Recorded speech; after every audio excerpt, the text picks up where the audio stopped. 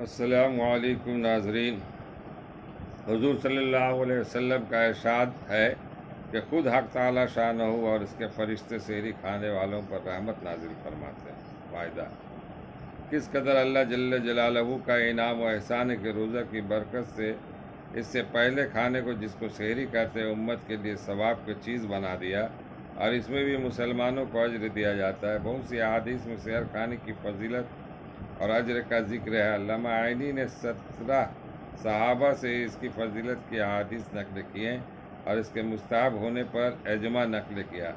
بہت سے لوگ قاہری کی وجہ سے اس فضیلت سے محروم رہ جاتے ہیں، اور بعض لوگ تراویح پڑھ کر کھانا کھا کر سو جاتے ہیں اور وہ اس کے ثواب سے محروم رہتے ہیں، اس لیے کہ لغت میں سحر اس کھانے کو کہتے ہیں جو صبح کے قریب کھایا جائے، جیسا کہ قاموس نے لکھا ہے۔ بعض نے کہا کہ آدھی رات سے اس کا وقت شروع ہو جاتا ہے۔